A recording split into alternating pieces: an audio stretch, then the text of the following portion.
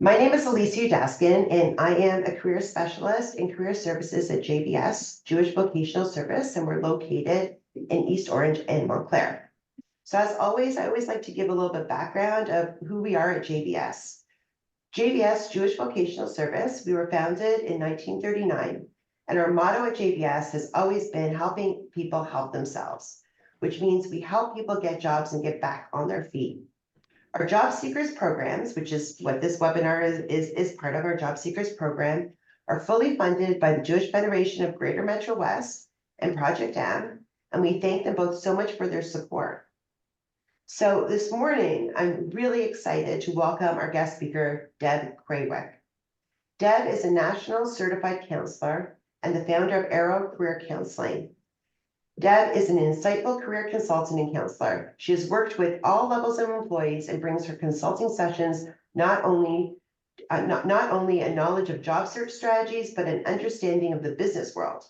With over 20 years of experience, Deb continues to remain passionate about helping her clients manage the experience of job loss while guiding them through their journey to find their next opportunity.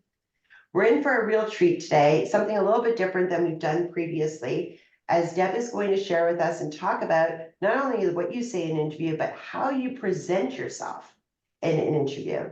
So with that, I would love to turn it over now to Deb. Over to you.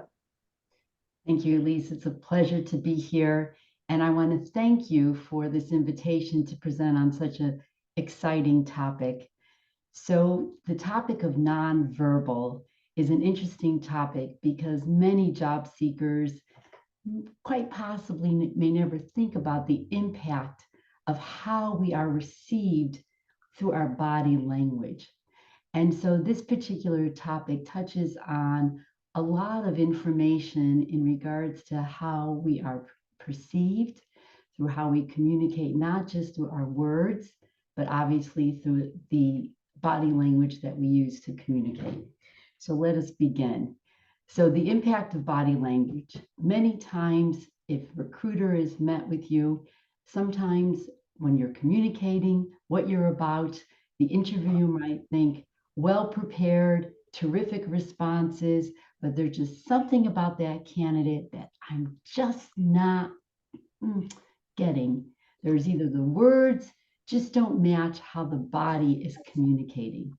And so today we're going to look at how those signals can actually change the recruiter's perspective in their mind. So let us begin here.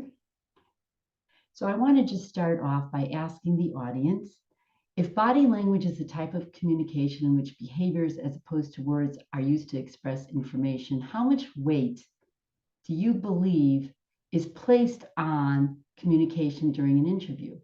So if you could just put that in the chat, I have over 50% there, over 50. What do we have? Okay. Well, we have a very smart audience. Okay. All right. Terrific. Terrific. All right. Thank you. All right. Well, folks, you're right. The power of nonverbal actually falls in the category of 55%. So how you move and gesture influences the hiring manager. The first impressions are made within the first few minutes. And certainly tone of voice, facial expressions, all are a way of communicating our value to the hiring manager. So 7% spoken word, 30%, 38% voice and tone, and 55% body language. Today's agenda is going to be focused in on understanding how is it that we communicate with our bodies. We're going to look at how to read the room when you enter the interview. We're going to touch on interview basics, and then have a summary and a practice checklist. I also want to inform the audience that during today's presentation, there are 2 short videos that I will show, and also that there is a handout to today's presentation. And that handout includes the videos that I'm showing during the presentation, along with this practice checklist. So at the end, again, at today's presentation, you will receive the information that I've shared with you through the videos and also this checklist. So human body language is not an exact science. So what do we mean by that? So the interpretation, it lends itself to the situation that we're in. So what is the role of the job seeker? To certainly observe how we're being perceived through the hiring manager, but also to observe ourselves, meaning to have practice ahead of time, to understand the messaging. Now, I could have started off this morning by saying, hello, everyone. Or I could start off this morning by saying, hello, everyone. Or I could start off this morning by saying, hello, everyone. So each of that the way I use my body communicates my inner projection of my confidence. So we want to align our body language to create credibility. So this will build trust with your listener, and it also will ensure that the impression that you're making is positive. Now, maybe for some in the audience, this may seem like it could be overwhelming. Well, I just want to make sure that everybody in the audience knows that we already do this on a regular basis. And subconsciously, we are reading the physical behaviors already in through the channels of communication. So if there's any pet owners, these might be some familiar sights. So again, we as human beings already are tuning in to the body language. Now we want to pay attention again to ours and to how we're received. So the three elements of nonverbal communication include body language, eye contact, and tone of voice. Today's presentation, I will take you through all the various elements of body language. We'll bring it then to eye contact and then tone of voice. So the first of which is the personal zone and the greeting. So we want to make that first good impression. So as you see here in the picture, and I use a lot of pictures in my presentation to express what I'm trying to teach here today, is that you see this woman greeting this interviewer. She's showing enthusiasm. She's leaning in. She's making good eye contact. She's showing a smile. And the social distance is between 4 and 12 feet. If you were sitting in the lobby and you were being approached by the interviewer, you would stand up and greet your interviewer. So if she was sitting, she would have stood up and greeted her interviewer. If you were on the telephone, it is recommended that you stand up to take the call because we exude energy, that you dress for the interview, even if it's a phone screen, of course, if it's a prepared phone screen, and that you pace your responses and you understand how to use silence. Now, if you're on the virtual interview, again, very similar. We want to show enthusiasm. We want to smile. We want to make eye contact, which we know in the virtual world, I'm looking here at the camera to make my eye contact with my audience. I'm leaning in a little bit, but I'm holding myself upright. I'm giving myself a digital hello to all those that might be interviewing me. I'm going to check my lighting in the virtual world, check my background. All right, certainly always wear professional attire, full professional attire. I always tell my clients that goes right down to your shoes. Wear those interview shoes and wear the colors that complement you on camera. So again, practice. Now let's break it down to the handshake. It should be firm, but not a bone crusher, palm to palm. This picture has we're greeting each other as equals, palm to palm. 1 or 2 pumps, okay? Very few seconds, all right? As you shake hands and you greet your interviewer, we want to make sure that we have eye contact and maybe express those words. It's really nice to meet you. Here shows some pictures of the handshakes that we want to stay away from, okay? The candidate does not stand up in the lobby to greet the person. Now you're putting yourself, the power now is shifted. You're not equalizing or making the structure of power equal. You're in the lesser than role. So we want to always raise ourselves up and shake the hand. We also want to make sure that the interviewer extends their hand first for the handshake. The second picture is the finger handshake, something like this. Okay, so we want always to make sure if it's a man and a woman or woman to woman here, man, all right, man to man here, you want to grab, right? You don't want to give one of these here, okay? Indicates distance, okay? And another way to be mindful of the handshake is the hand over. So if I'm greeting you and I'm going like this, I'm dominating. I also don't want to be dominated. So again, this picture here to the far right shows a picture where the man with the black jacket on is dominating over. So again, we want to be equals. It's about making the impression that we are equals. We're going into this to have a discussion again. We want to be mindful of body barricades. Here, women tend to always carry something close to their chest. We want to make sure if we're walking into the lobby that we drop that. And if we're picking ourselves up to greet, make sure that it's alongside. So again, there's nothing between you and the interviewer. Okay. Same thing with the man. There could be a briefcase. You want to lower it and make sure again that you keep it away from you and the other person. This also goes for where you place it when you walk into the interview room. You want to make sure that you place your briefcase on the ground, make sure that you don't take up too much of the space of the interviewer's table, right? So again, you want to respect the professional space. Now we're going to get into posture and energy. So now you've come into the lobby, you're sitting there, you've come into the room, okay? You want to be mindful to keep your energy up, be mindful of self-talk, okay? And you want to maintain that posture. This particular video for Amy Cuddy talks about body posture and talks about how it shapes the brain and the way we hold ourselves shapes our inner confidence. This particular video is about 30 minutes plus. I won't show this video today, although it is in my handout, but the video that I do want to talk about today is the video that Amy Cuddy introduces in regards to introducing body posture and energy during an interview. So let's see if this works here, Elise. We've practiced this. I'm going to launch this video. Here we go. Let's launch this. Let's see if this works. Can everybody see that? Elise, could we see that? Beautiful. Okay. Yes. All right. So let's go with this here, theater mode. I'm Amy Cuddy. I'm here at Stylist. I'm a psychologist and a professor at Harvard Business School. Don't be sitting in the waiting room, with your legs crossed and your hands. What happened here?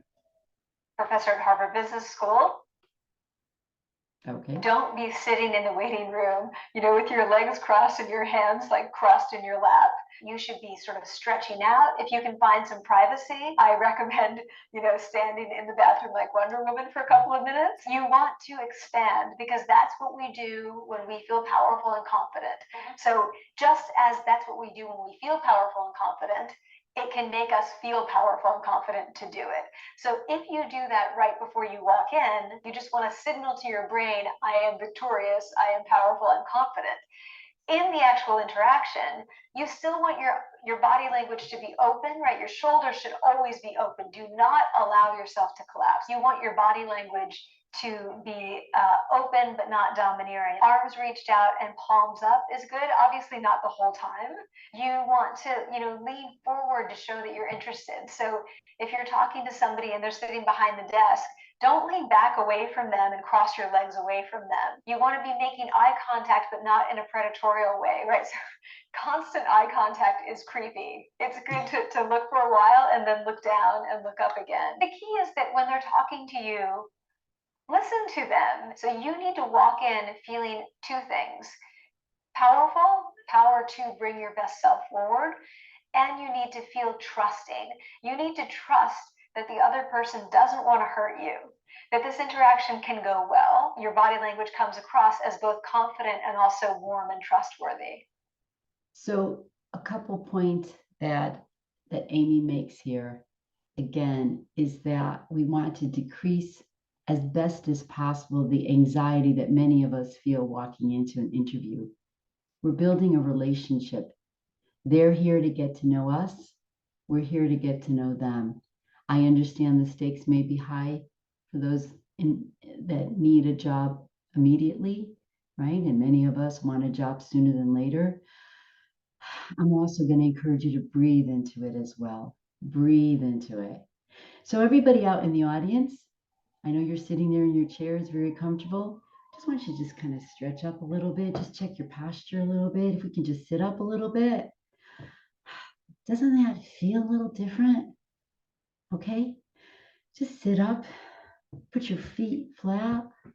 All right, it kind of just makes you feel a little bit more, I'll say, on top of our game, a little bit more energetic. Okay, this is the position we want to make sure that we want to, within reason, okay, because we're up, but we want to be leaning, right?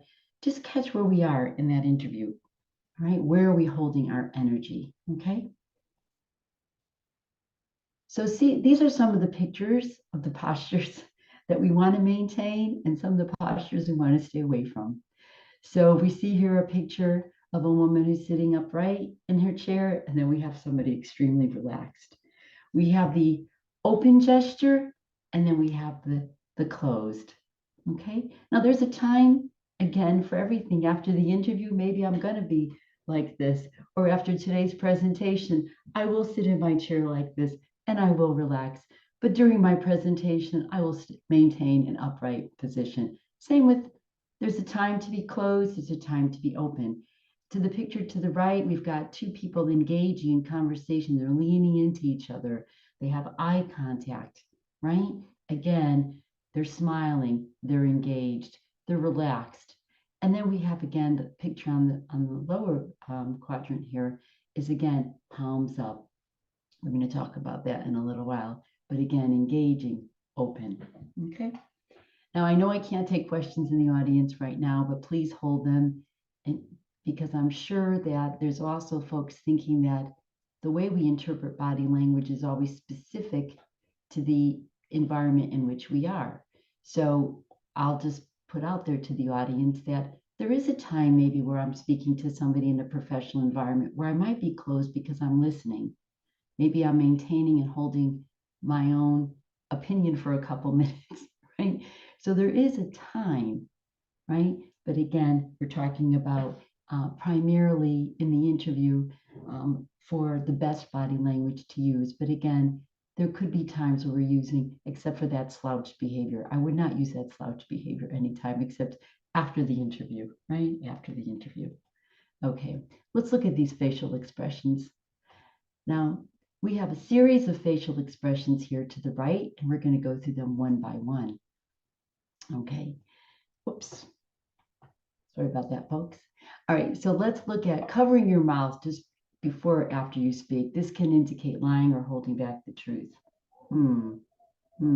Now, the other thing, when you do a lot of research on body language, covering the face or the mouth could be like, you said something funny. Maybe you didn't mean to say something funny. You're the boss, and I don't want to make it look like I'm laughing at you. Okay, so again, situations invite different interpretations. But on an interview, if I'm going like this, okay, this is what the research indicates. Hand raised to cover your mouth with hands clenched. This can indicate, I'm unsure. What are you thinking about? Okay. One finger raised to your mouth. This can indicate you're struggling to find the answer. What is the answer? Pursed lips, tightening the lips can indicate distaste, disapproval, or distrust. Okay, so again, how do we know that we're using this body language, right? And we know what we see in others. But again, this presentation is also not just looking to see what we see in others, but how will we know about what we're putting out? And at the end of today's presentation, I am going to leave you a checklist where you can, and I'll invite candidates to practice so that you can observe these type of behaviors in yourself. Now, these are facial expressions and face touching. Now, what's interesting about these pictures is you see a picture at rest. You have the gentleman and the woman, and then you have a fake, which is most of the time what's on our driver's license, right? Maybe they catch it when we have somewhat of a smile. But what's interesting about these pictures is that a real genuine smile actually causes us to have small little, well, I don't want to say crow's feet, but those little wrinkles, right? The natural crinkles that come in our face, right? That's the real expression of genuine happiness, a genuine smile. Okay. So we want to nod during the interview, right? Appropriately, avoid frowning, and of course, best as possible to avoid bringing our hands to our face. So let's talk about hand gestures. Okay, this is the second video that I'm going to present today. And let's launch that. And let's see what we're going to learn about hand gestures now. Along with finding an opening at the right company, having a solid resume, writing an effective cover letter, networking with the right people, getting that interview, and dressing for it properly, how you manage your hands is in the top 7 of important things you need to do to nail a job interview. I'm not sure what to do with my hands. But we do. When it comes to your hands, there are a handful of things you should do and a few things you should never do. Luckily for your feet, there's only one rule: keep them in your shoes. According to a study in this book, Crazy Good Interviewing, showing your palms indicates sincerity and is linked to traits such as truth, honesty, and allegiance. If you really want to put out the confidence vibe, they say steepling, like this, displays confidence. It's a gesture commonly used by politicians, executives, and Business Insider video producers who show off how much they indeed do know. Hiding your palms is a sign of dominance. This type of body language shows that you want to assert control over the situation, and concealing them suggests you have something to hide. So don't put them in your lap or your pockets. According to the study, fidgeting and tapping your fingers shows impatience. And on a personal note, no one enjoys hearing another person tapping their fingers, so why don't you just not do it ever? This makes you look defensive and insecure. It's an interview, not a performance. Definitely use hand gestures to emphasize important points, but don't overdo it. So in review, show your palms, throw in a couple steeples, these bad boys, but don't hide your palms or hands in general. Don't tap your fingers, don't fold your arms, and don't overuse your hands. All right. Guess the message was pretty clear there, right? We don't want any of these fists at the desk. Maybe throw in a couple steeples as suggested. The pictures here, we don't want any fingers clasping each other tightly. Best to just place the palms down there, right? Or rest. And then we have a gentleman there who's talking, who's quite open. And then of course we have this.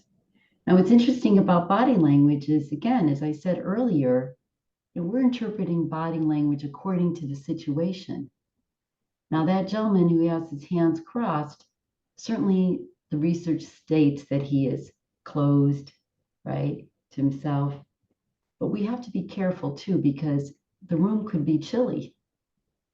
And maybe there's an indication again that there's somebody who's chilled. So body language, as I started very earlier in the presentation, is it's not an exact science, but what we feel that we're getting from the other person, right, lends that recruiter, right, to interpret the candidate as being confident, not confident, real in their responses. So again, everything is body language is in relationship to the situation in which it's being received.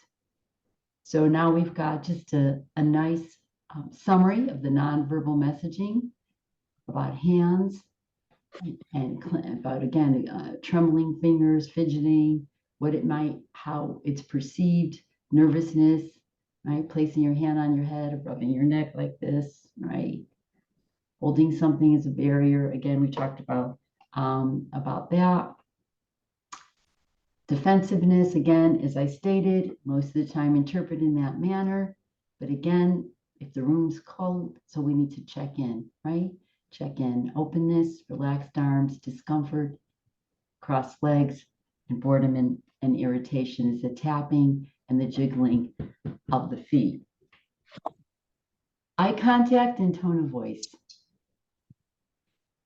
Now, if I referenced earlier the video that Amy Cuddy talked about, which was about engage in eye contact and listen, she said, listen. We listen with our eyes.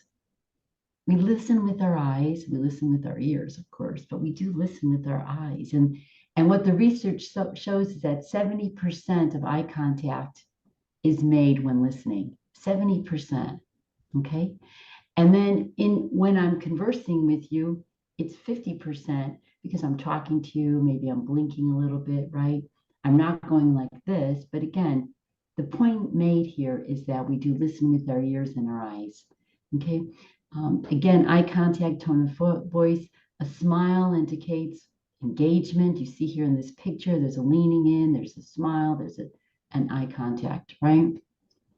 You don't want to stare, and you certainly don't want to be shifting your eyes. Tone of voice, clear, moderate, volume, all right? Now, what was interesting is what I learned, us women tend to get a little sing-songy, right? So we want to be careful about that. Or men, when they are in a bit of a defensive mode, they'll drop their tone of voice a bit. Again, we may be aware of this, we may not be aware of this. So practice is the best tool for any candidate that is coming into an interview. Practice so you can understand how you use your body, okay? And then it talks about when voices go up and down, most like you were engaged in a conversation. So again, when I'm just delivering in this manner, I'm just talking to a bunch of folks, my voice can go up and down. But again, if we were having a conversation, I could shift my voice according to the engagement that we're having. So what's the look of a strong candidate? Maintaining a good eye contact. Don't cross your arms. Avoid fidgeting. Keep your palms open, right? Maintain that upright seated position, okay? And when you're really engaged with the other person, your body language starts to mirror each other. And then you know you've got something there. That's when you're both having that click. Quick reminders to avoid, again, rubbing your collar, adjusting your tie, your pressed lips, biting your lips, clasping your hands, placing your hand over the mouth, dropping your eye glasses, right? And looking like that, okay? So some of those behaviors. So now that we've learned how to manage our body language, now we're entering the room. So we've got to learn how to read the room, right? We want to learn how to read the room, okay? So basically you come in, you're going to greet the receptionist there, right? We're going to have that good eye contact. You're going to feel good. Maybe you're going to be in the bathroom doing your power positions, right? Okay, your power poses. I did my power poses this morning, okay? I'll admit I did my power poses, okay? All right, so you're going to walk in, you're going to get your seat. You're going to observe. You're going to listen, you're going to observe. You're going to watch how people interact, how they speak to the receptionist, how they greet each other. You're going to observe. You're going to keep your conversation at a minimum, right? But yet engage when appropriate. Take in the mood of the staff and the team. Read the literature that's on the coffee table, right? Take it all in. Don't project. Let it come to you. Let it unfold. The benefits of reading the room allow you to understand the power structure, how people talk to each other. How are they positioning themselves? For example, are they leaning into when they're speaking do they look friendly? Are they talking about maybe some activity that they all recently enjoyed, right? It slows you down and invites you to think before you engage, okay? So you're just kind of taking it in, all right? Provides insight to the culture, gives you an opportunity to display courtesy, of course, at first impression. Every person is important. From the minute you get on the campus of that company, the minute you get on that elevator, every person is important. Every person is important along the way, right? So we extend that courtesy and it helps you make that better impression. So preparing for your interview, we have the virtual, confirm the technology, confirm the location, right? If you're obviously, if you're given the address, you want to make sure you know where you're going, gather the names and the titles of the people you'll be interviewing with, the format, create proper virtual environment, and then practice. So again, these are just some common sense instruction, but nice reminders, maybe for some, maybe hearing for the first time. Know the roles of all your interviewers, network through LinkedIn to find out and gain insights about the people you're interviewing, research the company, compile a list of accomplishments to demonstrate your fit, and of course, create your value prop before coming in. And we want to make sure that, again, as you're preparing for your interview, you create your accomplishment stories, okay, based on situation, actions, and results that you've experienced in the workplace.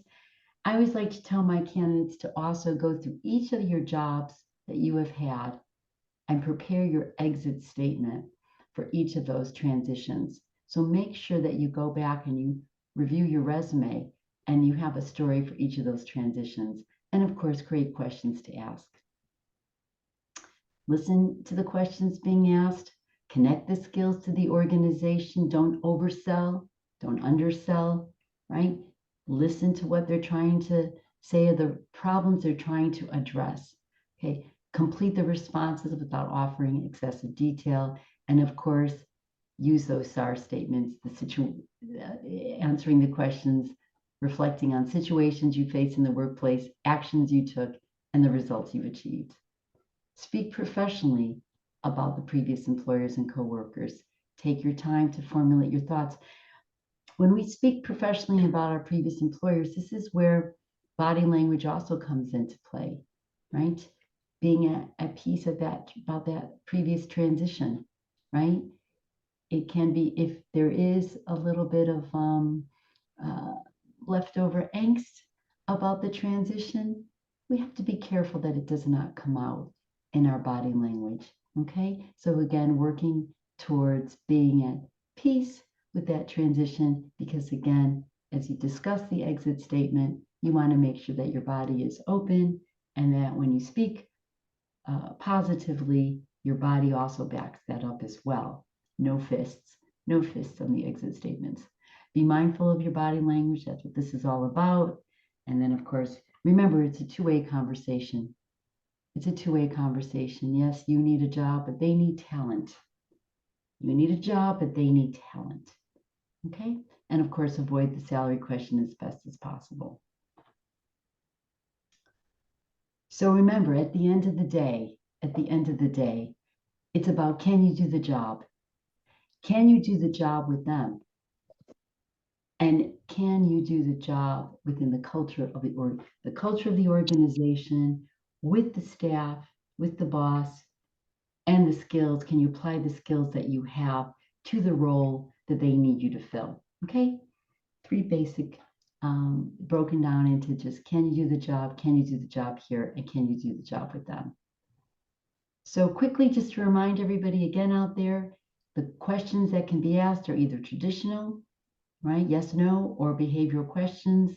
So again, behavioral questions are always questions about that ask you to reflect on a time when you didn't get along with the boss. Reflect on a time when you may have failed at a project. We want to hear how you performed in that situation, because it is an indicator of future performance. Closing, ask organization questions, restate your interest, clarify next steps, find out where you are in the lineup, of interview question, of where you are in the lineup of interviews. How many candidates are they interviewing? Important question. Make sure you find out again what their next steps are. Will you be hearing from them, or in 1 week, 2 weeks? Again, what are the next steps? Send thank you notes. Continue to research other organizations, be patient, and of course, continue the search. So again, this just took folks through some interview basics, okay? And so a summary of a successful interview not only is dependent on how we prepare our questions, right, our responses to potential interview questions, but we have to be aware of how we use our body language. And these are the channels of communication that we've talked about today. I've broken down the body language into the personal zone and greeting, the handshake, body barricades, posture and energy, hand gestures, facial expressions, face touching, and then eye contact and tone of voice. So what are you saying through your nonverbal communication on your interview? And earlier today, people acknowledged that nonverbal communication is 50%, that the hiring manager places 50% of weight on what you're saying with your body versus your words, 50%. So we know that to be true. So what do we have to do? We have to practice. So some suggestions to practice on where how you communicate through your body. So you can videotape yourself and self-critique. I've often found that to be a powerful tool. Okay.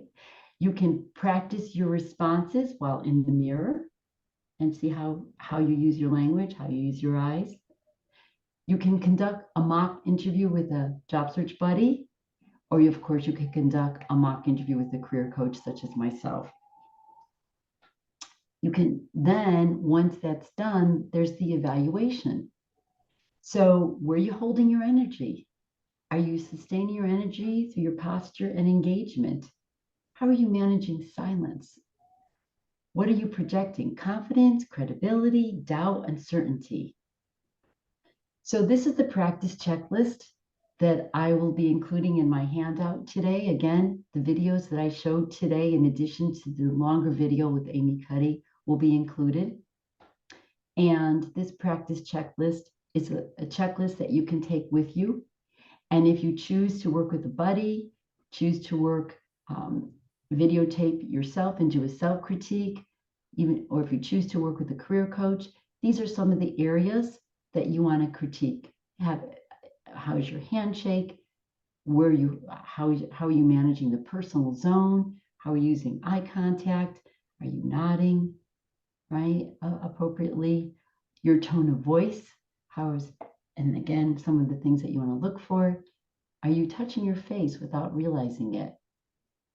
How are you bringing that briefcase into, where are you placing that briefcase? How are you using your hands? And again, when you're seated, are you able to maintain your posture?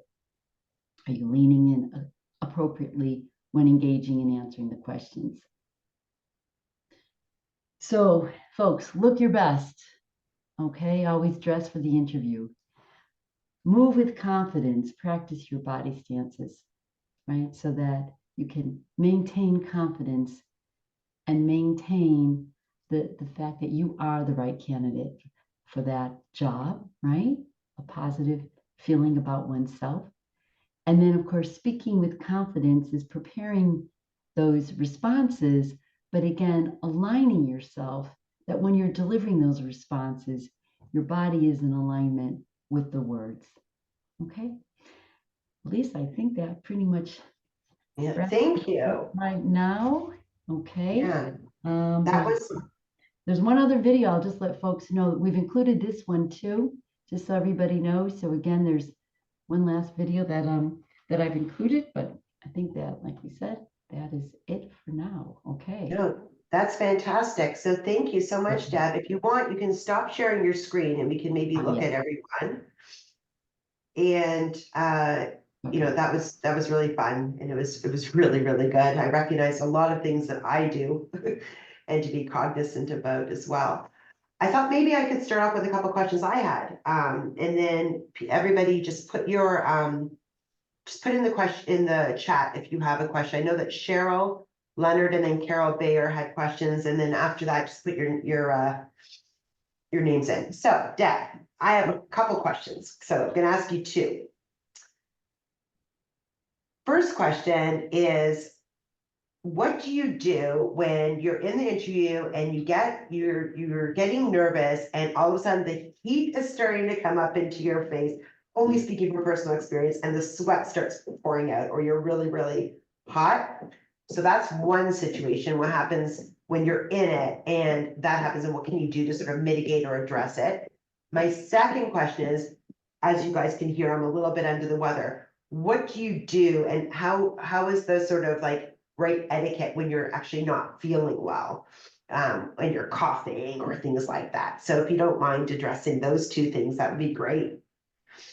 So I'll chime in, and I'll also invite others to chime in as well, because I know that we've got some subject matter experts out there in the audience, and plus we're all human beings having a shared experience in this. Okay. So I'll start off by addressing when we don't feel well. So my suggestion is, again, you have to determine how bad you feel to even be able to show up to give a good performance. So honestly, my first and foremost, my advice would be that if you feel that you cannot sustain a positive presence, and by the way, given that we're just coming off this pandemic, I think that a lot of folks would appreciate, if, again, that sensitivity to not feeling well. So that they would probably either prefer that you reschedule, right? Or if you're not feeling up to par, I mean, again, if I had to call them and say, I'm not feeling well, but I'm going to show up, is not good. Okay. So what I guess I'll just say, at least if we're not feeling good and we don't think we can give a good performance, my best advice would be to say to reschedule. If you show up and you end up coughing and you're ending up in the middle of that, obviously we're going to do excuse me, my apologies, I'm just getting over a cold. Maybe you want to excuse yourself for a moment to take care of whatever has to happen. I mean, it happens. In regards to the hotness and the flash, good, yeah. Oh, I was on mute. And so with respect to that one, it also applies to if it was like a virtual or a Zoom, right? Because I imagine people can ask the question, because if I'm showing up and I'm not feeling well, apologies to everyone here today, but I didn't want to not do this because I was under the weather. But if it's also Zoom and you're going to be sneezing and all this, you also would probably, taking your advice, reschedule. Is that correct? I absolutely recommend. And again, I think in this, especially after what we've been through as a society, I think that people would appreciate that type of sensitivity. And honestly, folks, we get one shot at making that impression. And if you're fearful that you're going to lose that interview spot, I'm going to say, if you can't show up and be 100%, you're going to lose the opportunity. And if they liked you enough to bring you in on an interview, I can't imagine that somebody would then discount you completely. I mean, especially if you're calling, I mean, they can hear you in the voice. Right? I mean, at least you and I spoke yesterday. I knew, right? Right? I mean, I knew immediately you weren't feeling well, right? And I mean, you pulled it off, right? We were able to have a nice, engaging conversation. You pulled it off. But I don't know, in person, that might have been a little harder for you, right? And so for everybody, if I had been having an interview yesterday with Deb, I would have definitely rescheduled. Because I was just really under the weather. I went to bed like at 6, by the way, so I could be all peppy for you guys today. But it's just not the best thing to show up when you're congested, not feeling well. You're not going to show up, and nothing is going to happen. Like, people think that when you're interviewing, that's my only chance. They ask for this date, but it's reality. People get sick and things like that. So now, how about the anxiety, the sweats, everything else that happens sometimes? What do you do? What if you traveled for that interview and you're sick? Well, you mean like you took a long ride, a hotel, and now you're sick? Are you saying that? Yes. Well, I mean, I think what your question is that you might have gone to great expense, right? And now you're sick, so to reschedule would be a big deal, right? Okay. Well, then I guess you listen, the candidate always has a choice, right? I mean, you could come in and you can start the interview by saying something along the lines of, I just want to say that I have been struggling a bit with a cold here. I did not want to reschedule because of the travel time. I'm not contagious. I think people would want to hear. Okay. Or maybe, again, I'll put this out there to folks. Maybe if you feel like you want to offer them if they'd be more comfortable if you wore a mask. I mean, again, we don't know what people's perspectives are on this, right? Cecilia, it's always the candidate's choice. My recommendation is if we don't feel good, it's hard to give 100%. But to your point, if you've traveled, I guess the candidate has to make the decision. This is the thing about job search. it's gray area, right? Here's pros and cons, right? You obviously are going to give a better performance if you're 100%. You flew somewhere to take an interview, now you're sick, right? It costs money. Yeah. So Deb, I have a lot of, we'll pause on my question because there's so many people who put in the chat, they have questions. So I'm just going to read the list in order that it came out. And then if your question was already answered, then please just say pass, but otherwise feel free to ask it. So Cheryl Leonard, then Carol Bayer, Malka, Kim, Andrew, Todd, Jim, and then Martha. So Cheryl, did you want to ask your question or was it addressed? I think I'll ask it just because there's a lot of opinions on this. So I thank you, Deb, so much just to start. This is on interview attire, and everybody has, you know, different opinions on what one is supposed to wear. Are you I ready to mean, go? I'm, you know, maybe a little bit old school, and I always wear an interview suit, whether I'm on Zoom or going in person. Since now there's a lot more Zoom interviews, I dress the same way. I had like a brief conversation with a career coach. It was like a free 30-minute session. And she said, unless you're like in a management role where you have direct reports, dressing in a suit is probably not necessary. You might want to just wear like a nice top, maybe like a cardigan over it. Thoughts? I mean, I'm in human resources, so it's basically in an office role. Sure. Yeah. I mean, jobs I've had have always been like a business casual, basically. Sure. So I'll give my perspective. And again, I'm going to say, listen, in job search, there's a lot, I said earlier, there's a lot of gray area, right? And as a coach, when people ask my opinion, I present pros and cons. Okay. And just as this previous exchange was in regards to I'm sick, do I stay home, do I not? Listen, at the end of the day, we all need to make our own decisions. We just have to know, weigh it out. So here's my response to that. The interview. This is our best foot forward. This is the best we have to give.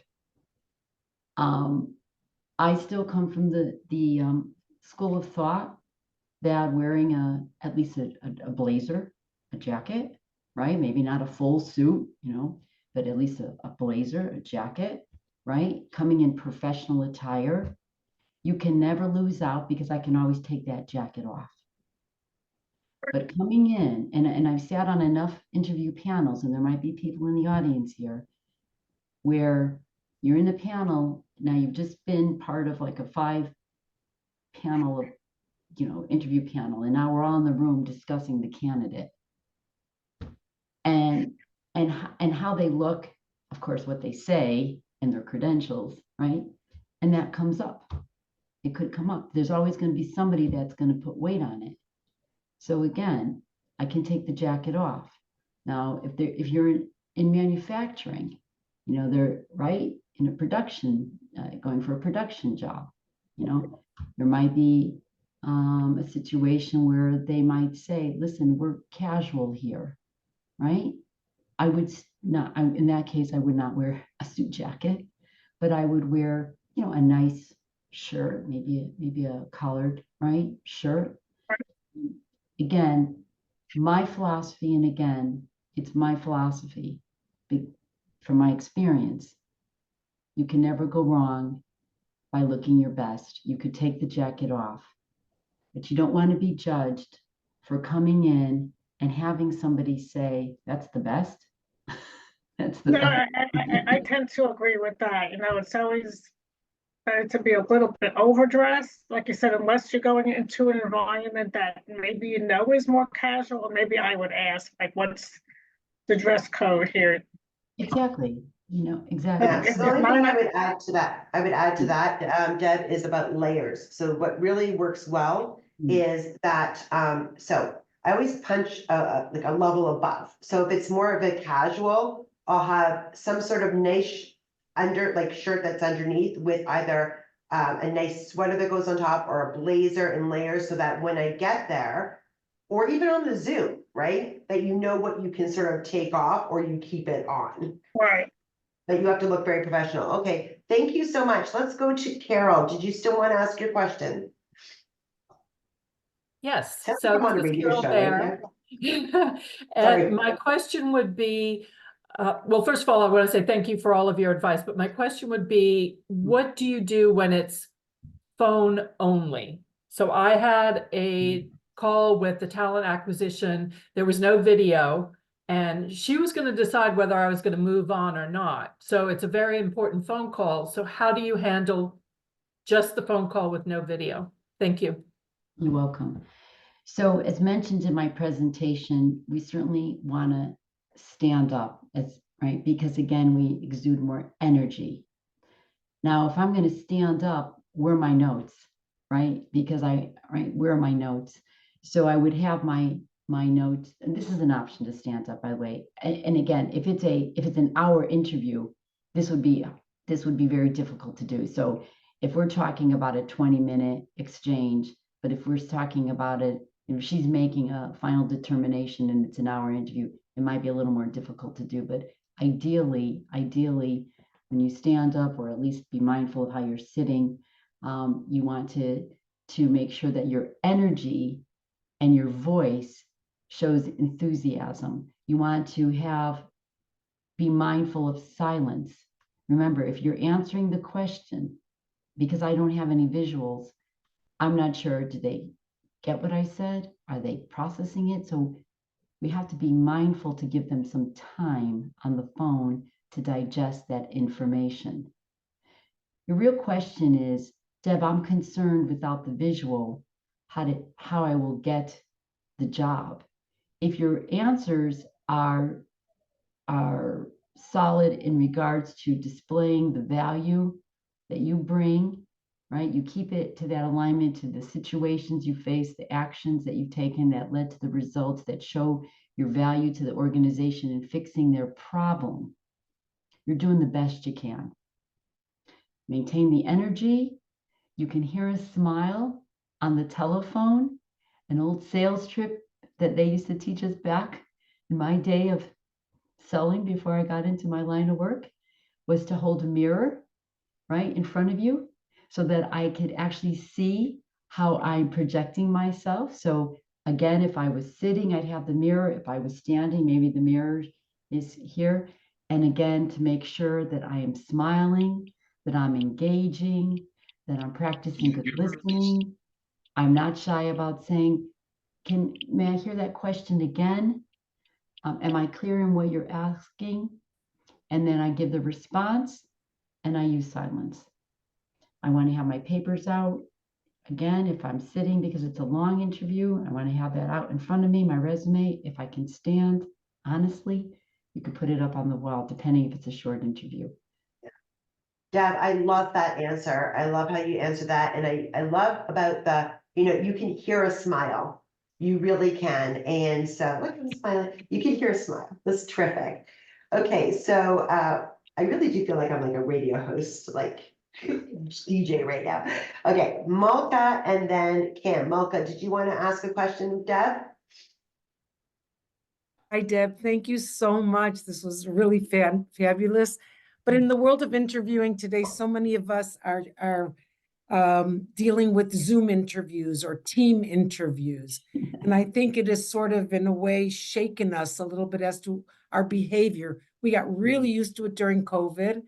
Then so now we're thinking of both ways we have to do it. But how do you, just a quick, like, how do you apply? What's the best way to prepare for that interview when you'll have one person on the Zoom, 2, 3, 4, 5, and having to manage lots of body languages that are coming at you. So just curious, and thanks again.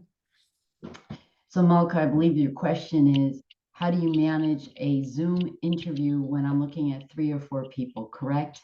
Did I get that right? Okay, good.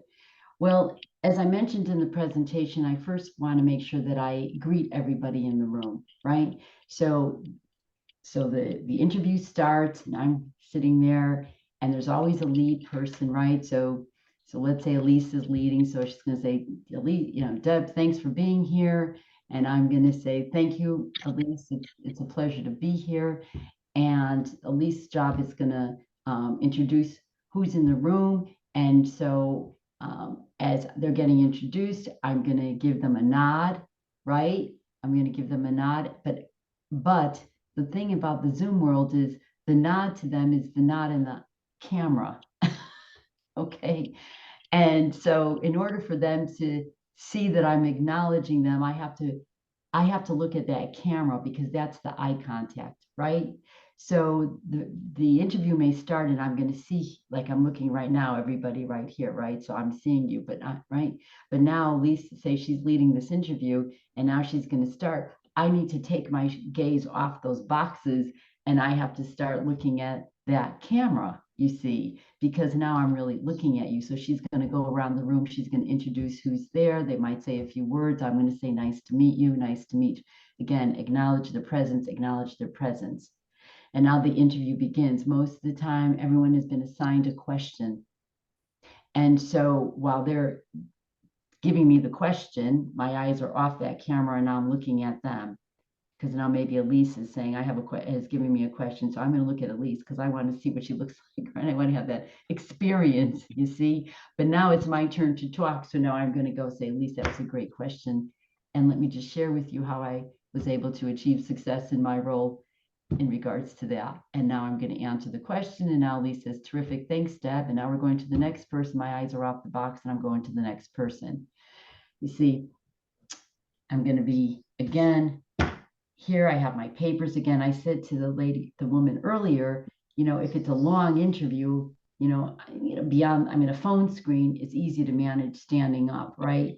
But something as engaging as an hour interview is kind of hard to stand up the whole time, right? The message really is just watch your energy, right? But if I know it's going to be an hour interview, obviously I may not be able to stand, and especially if it's on Zoom, right? Because, all right, I have to be sitting there. Okay. I don't know if I answered that question. Okay. No, yeah, you did great. And I just wanted to add in that sometimes people, it bothers them if somebody on the panel all of a sudden is off camera. So what we've learned to also do is like, don't worry about it. That might be a reason that they're doing it, because some people get a little bit like, hey, that's rude, huh? So just wanted to, I think just to share that I've learned through talking to people that that's okay. If they have to be off, they have to be off. Don't take it personally. Thank you, Deb. I'm very appreciative. Thank you. I'm so glad you brought that up. So many times we have to watch our own disposition in this. Yeah. Yeah. And we can interpret things in so many ways. And I know it's difficult because we're already in such a vulnerable position already, right? We are being, interviewed. So it puts us in a vulnerable spot. So we do have to be careful about those interpretations because it will come out and our interpretation may not be accurate. And we don't want to, yeah. I'm sorry to interrupt you. I was going to say it's very challenging in those times to keep your composure and not to let it show. And as Deb has been sharing, what happens is your face will show at first. Like in the example Malka is giving, a couple, if you see that there's three people and one of them is like multitasking or leaving, or you could see that they're on mute and doing things, it's really hard when you're being interviewed and you're thinking, I'm bringing everything here. How are they so rude? But the thing is, you are the one being interviewed. So you have to try to keep your composure as much as you can, and then you can go and vent about it after. But it's challenging. I always say also, you can't control that the interviewer is going to be on their best behavior. You can only control that you're on your best behavior, right? That is true. Okay, so thank you. Okay, Kim, and then Andrew, and then Todd. So Kim, did you want to ask your question? Deb, we have a lot of people who want to speak to you. So Kim. Yes, good morning, Elisa. Good morning, Deb. Thank you so much for the presentation. It's fabulous. I have a question. I've been hearing that a lot of companies now are requiring 3, 4, 5, 6 interviews for a position. And I'm coming back into the job market after an extended period of being away with my family. So I'm trying to get a feel for what is that signaling? Is that they're just wasting time? Are they just being very picky? And how do you gauge yourself as you're going through these long interview processes? Yeah. So it costs money to bring a candidate in to an organization. I know in this audience, I know that I've got folks that have hired. I know that I have folks that have been in leadership roles. And you know that it costs money. And obviously, what you don't want to have happen is to get excited about a candidate, tell the boss that you've got the person that's going to fix the problem and bring in the wrong person. Okay. So Kim, what is it really saying to me? And by the way, I do have candidates that are reporting the same thing, in addition to having to create so many documents to prove their proficiency in what they're stating that they can do. I mean, it's really quite amazing. But honestly, and again, folks that probably have interviewed and hired here, organizations don't want to make a mistake. And I mean, they want to scrutinize as best as possible. And also, you might be in the running, and this is why you want to ask, one of the questions that you want to ask is, how many more candidates, are you, where am I in the lineup of candidates, you see? Because what I'm also seeing is that the closer you get, right, to that decision making, they're really deciding between maybe 1, 2, 3 candidates. So they're having those series, right? Because they're trying to really decide who is the right fit. So Kim, unfortunately, honestly, there's nothing we can do to change what's occurring. But the question to me was why? They don't want to make a mistake, right? How does the candidate feel? Well, I have enough candidates that have been through so many. I honestly, I have one fellow, he went through 6. I'm not even exaggerating. I mean, 6, he said, oh my God, I'm going to be going to their Christmas party, right? I mean, he's known everybody, and they keep calling him in, and they keep calling him in. And, we found out that he was up against one other candidate, one other candidate. And they just couldn't, they needed to meet this one and that one and that one and that one. They don't want to make a mistake. And you know what? There's also an element of there's different stakeholders. When I've interviewed internally, because I was at the same company for 20 years, and I interviewed internally for more senior positions. I had to interview once for 6 different interviews for a position because it was a more senior position. Once 8 times because we had acquired a company, and then there were even more stakeholders. So it often has to do also with, yes, wanting to be cautious, not making a mistake. And you meet someone once or twice, you really can't tell. But then also wanting to have, other stakeholders who that person would be working with. So it is just what happens. Okay, thank you, Kim. Andrew, and then Todd, and then Jim. Andrew? I have a couple of questions and also a comment or a suggestion. The questions are, as far as I think using humor in an interview, is that appropriate? If so, when and how would you use it? And also, would you dress the same way for an interview with an agency rather than the actual direct hire, or interviewing with a recruiter, I guess is what I would ask.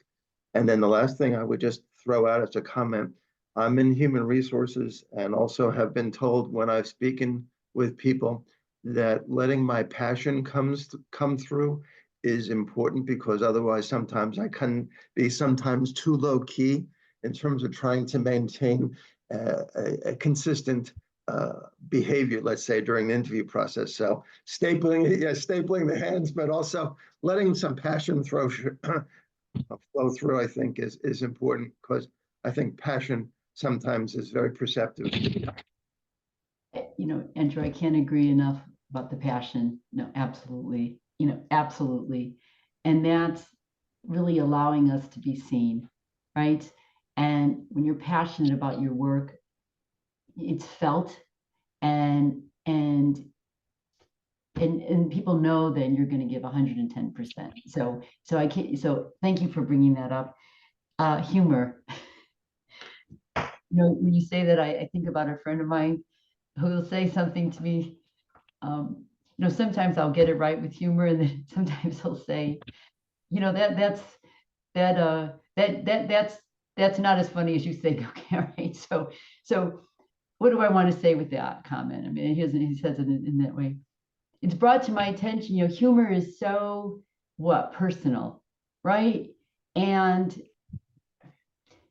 I think we have to gauge that situation and be careful, right? Because again, what could be humorous to me may not be humorous to you, or I may deliver a line that I think is funny, but you're not laughing. Right?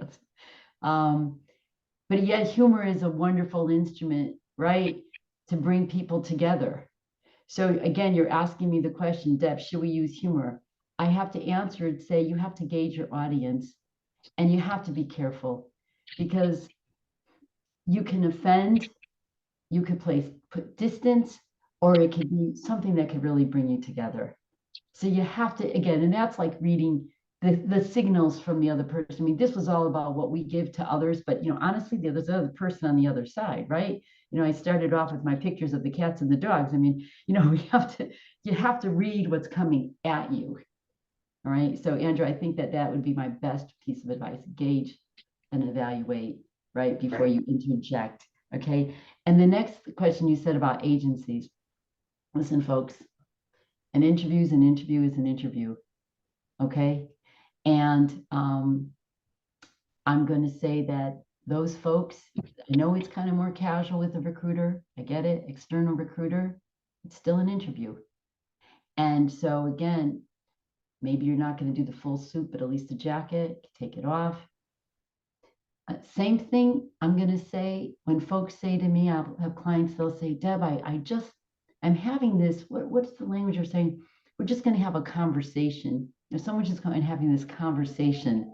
Listen, folks, I don't care what you call it, a conversation or a meeting. If it's with somebody that can position you for hire, it's an interview, right? It's an interview. And so again, you can take the jacket off. You don't have to be in a full suit, but you want to really put your best foot forward. So I am so glad that came up, because we were talking about interviewing here, but information interviews are interviews. They are just as important. I'd love to share just a little story. So when I was restructured out of Kraft, okay, I started to go for, information interviews. I wasn't ready. I didn't know what I wanted to do. And a good friend of mine met me for coffee. He was a senior person in an HR company, not even an industry that I was interested in, but he asked me, we arranged to meet for coffee at 8 a.m. on a Sunday morning. And I showed up, what I would wear on an 8 a.m. Sunday morning. And he sat down and he looked at me and he said, Lisa, what are you wearing? I said, what's the problem? It's 8 a.m. Sunday morning. He said, He said, because I was wearing, yoga pants, sweatshirt, friend of mine. And he said, listen to me. He said, I know it's hard. I know you have to treat and present yourself every time you're speaking to someone about your career, about a job, dress for it. He said, you didn't have to show up on a Sunday morning at 8 at Panera in a suit, but at least wear, a nice pair of jeans and a nice shirt. Just don't look schlumpy. So I never, ever, ever forgot that. And it's the same thing when you're working with a career coach and things like that. You're showing up on Zoom, show up. It's a good opportunity to practice that you're showing up professionally. So, right, Deb? Absolutely. And I love the fact that you brought up the exploratory or the informational interview. Absolutely. This, we, like I said, we could call it the conversation, or we can call it what it is, which is an exploratory conversation, but you are absolutely correct. How you look matters. It's the impression you're giving to that person for that information interview, because you want to have a takeaway of them to introduce you to maybe one or two people after. So you're always wanting to make a good impression. And as Deb is sharing here, with how you present yourself, how you show up. Okay, so, and thank you, Deb, for doing the mute thing, because I just couldn't see who it was. Okay, so Todd, and then Jim, and then Martha. Good morning, everyone. Very thankful for this presentation. I've learned some really good things and some tips. And what you had just said a few moments ago, I just wanted to put it out there. on one of my first Zoom panel calls, as the second person was asking me a question, they literally turned their back to me on the call. And I had hoped, I was shocked because there's no face to face. But I tried to do, like you said, I tried to keep my composure. But it was a great lesson because afterwards, so I'm talking to their back on the camera like I'm doing now. And I'm just kind of trying to take a few notes. But it was shocking to have that happen. And I had not heard or seen that before. So thank you for explaining, Deb, what to do. And just any other thoughts or anything, other tips around when something kind of bizarre like that happens on these Zoom interviews? Yes. So I often have a thought when these situations come up. And remember what an interview is. An interview is to evaluate our skills, our expertise. Again, can we do the job with them? We're telling the interviewer all these attributes that we have, but there's nothing like the experience of the human being. So let's think about that situation, okay?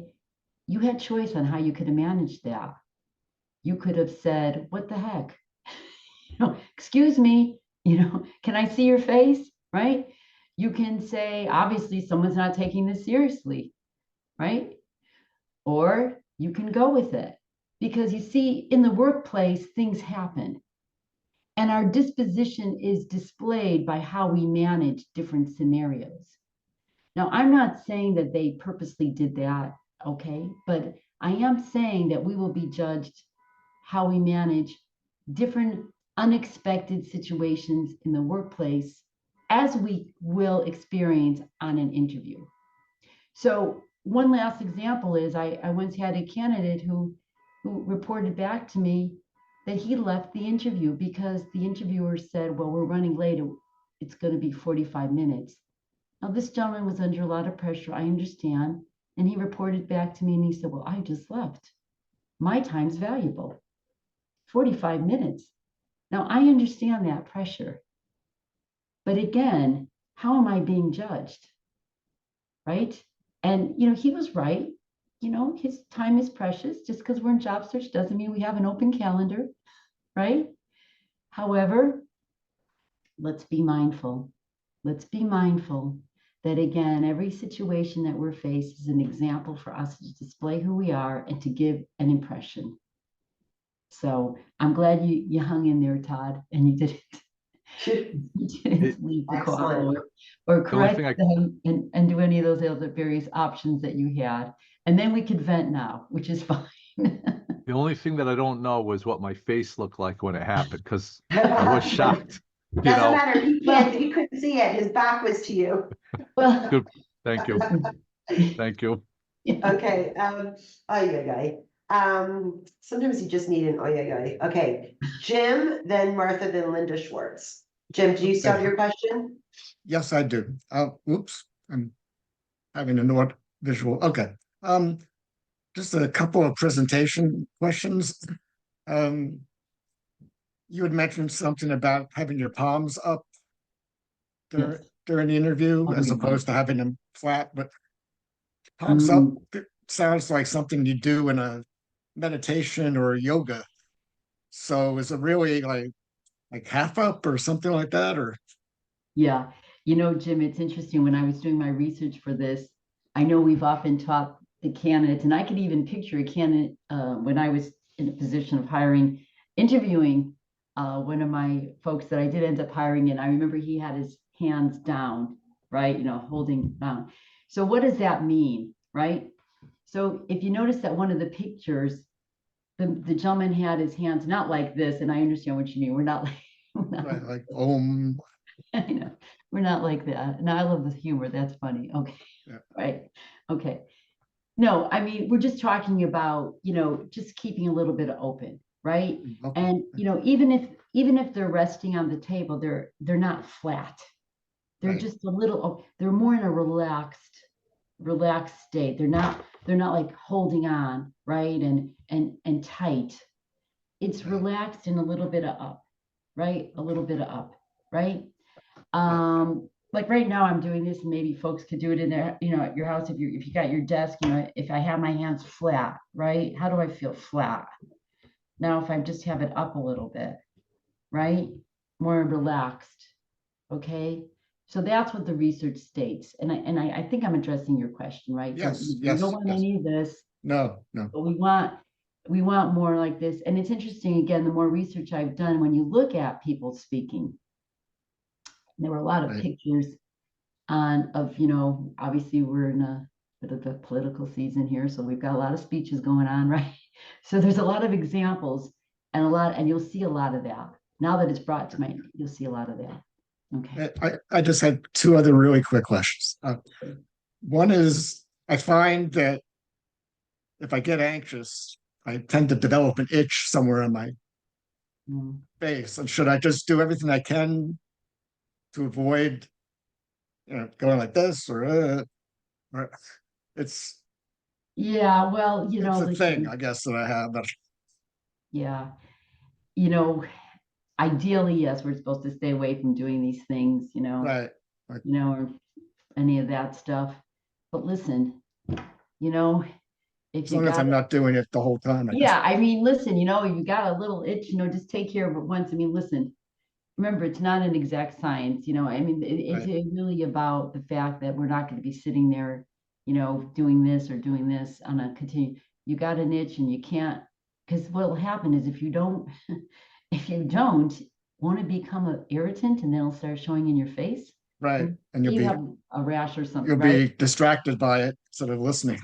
So remember, not an exact science, just be mindful if you're using it for a way to communicate something. Remember, like this rubbing thing is very interesting. I'm not itching, but I'm like kind of rubbing, right? Like what is that about, right? So again, it depends on why we're raising the hands. Also, yeah. The last thing was just about the use of a headset on a Zoom interview. I prefer to use them. I don't want to miss anything that the person's saying, and it blocks out noise from the surroundings.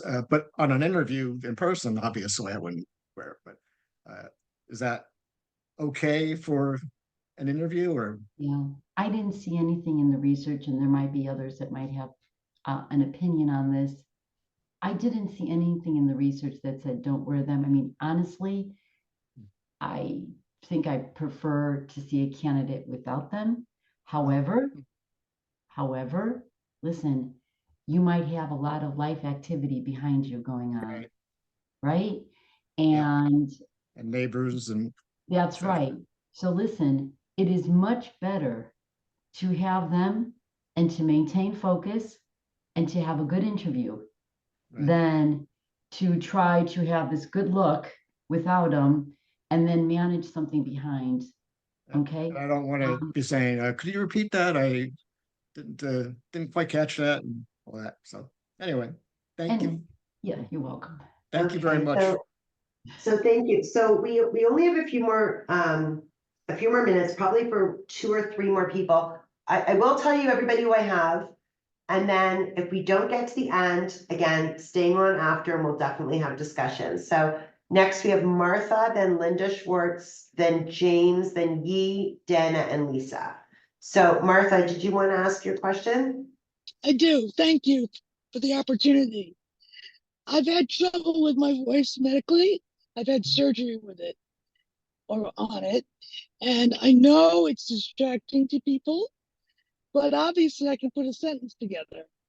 What would you suggest I say to start out in a conversation? So you sounded fine. You sounded hoarse, right?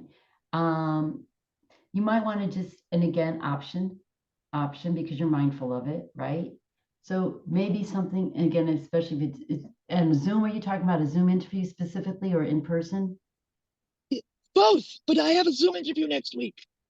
Okay. A team interview with 6 people. Yeah. So I have these things floating through my mind to answer. I mean, number one, we don't want to be disclosing a lot of information about our medical history, right? That's number one. That goes to my mind. So we don't want to get into, hi, hello, I just want you to know I had this, situation.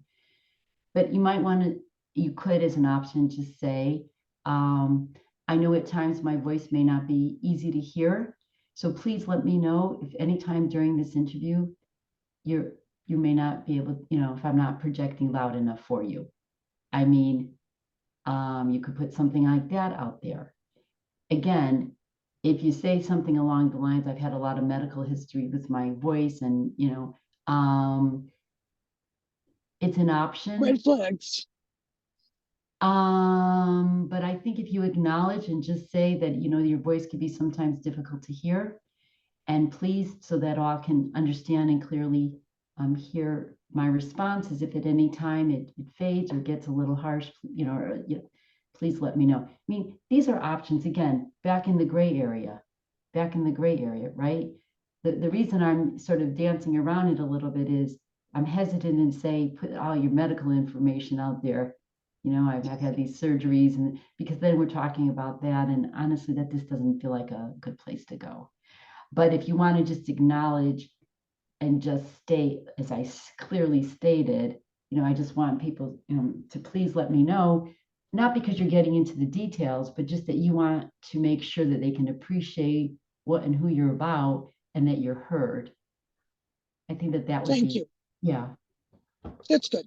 Thank you very much. You're welcome.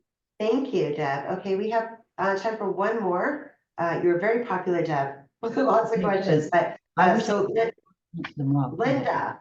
Linda, and we have only a couple more minutes left. So Linda, if you could please just be brief with your question. Sure, this is kind of a quick question, because you were talking about it and I wasn't sure. I would like the clarification as to what is an exit statement exactly? Oh, good. All right, good. Thanks, Linda. Sometimes as career coaches, we throw this language around, and there's an assumption that we made that everybody has met with a coach along the way, and we all have this shared knowledge of these phrases. So I'm really glad that you said that. So an exit statement is the reason why you have left your last position. So somebody's going to say, why are you applying? What happened that you're not at your previous job, right? Your previous company. And 99% of the time, it's due to a restructuring or reorganization, right? Positions were eliminated as a result of restructuring or reorganization, and which mine was one of them. That's my exit statement. I now was excited to see this as an opportunity to take my years of experience in the XYZ company to an opportunity such as yours. Okay, well, what happened to the job before that? Well, that one, I took this job at my recent company because it offered me advancement. Oh, okay. Well, what about the job before that?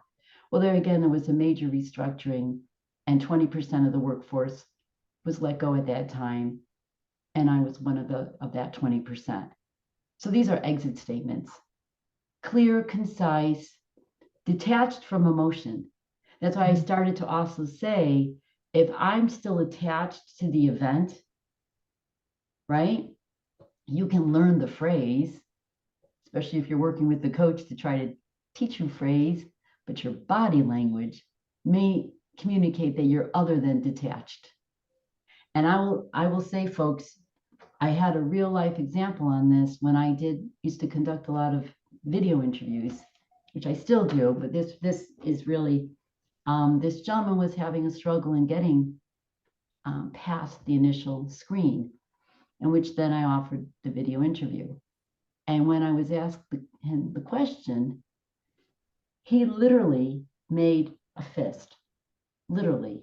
So these pictures that I show honestly reminded me the reality of how sometimes we are not mindful. We are not mindful of what our bodies are saying.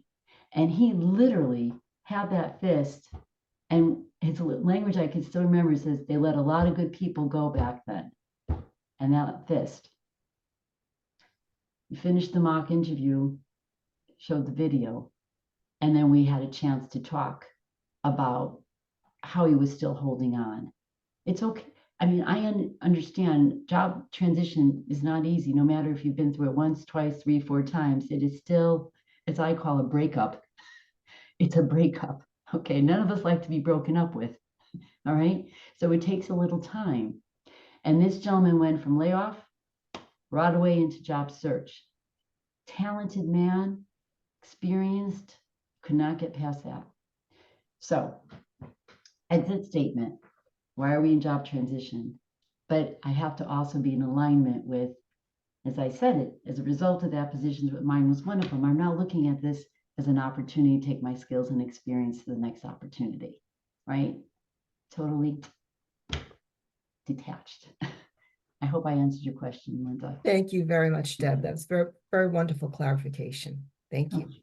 Yeah, so thank you, everyone. I want to thank you, Deb, so much for sharing all of your wisdom, all of your practical examples and your role playing with us today. For everyone who's joined us, please, I will, when I send the email, be sending out Deb's contact information, check out her website, reach out to her, link in with Deb. And I also wanted to just mention a couple of things. One is that, again, I just want to thank our sponsors, the Jewish Federation of Metro West, as well as Project M, who generously fund us so we could provide this program to our community. And also the next webinar for job seekers is going to be on March 21st. It's going to be job search mindset, staying positive, accountable, and productive. And I'll start sending out the emails on Monday for people to register. So wanted to thank everyone, especially our speaker, Deb. You were absolutely wonderful, just so great. Thank you. It's been my pleasure. Thank you, folks. Bye-bye.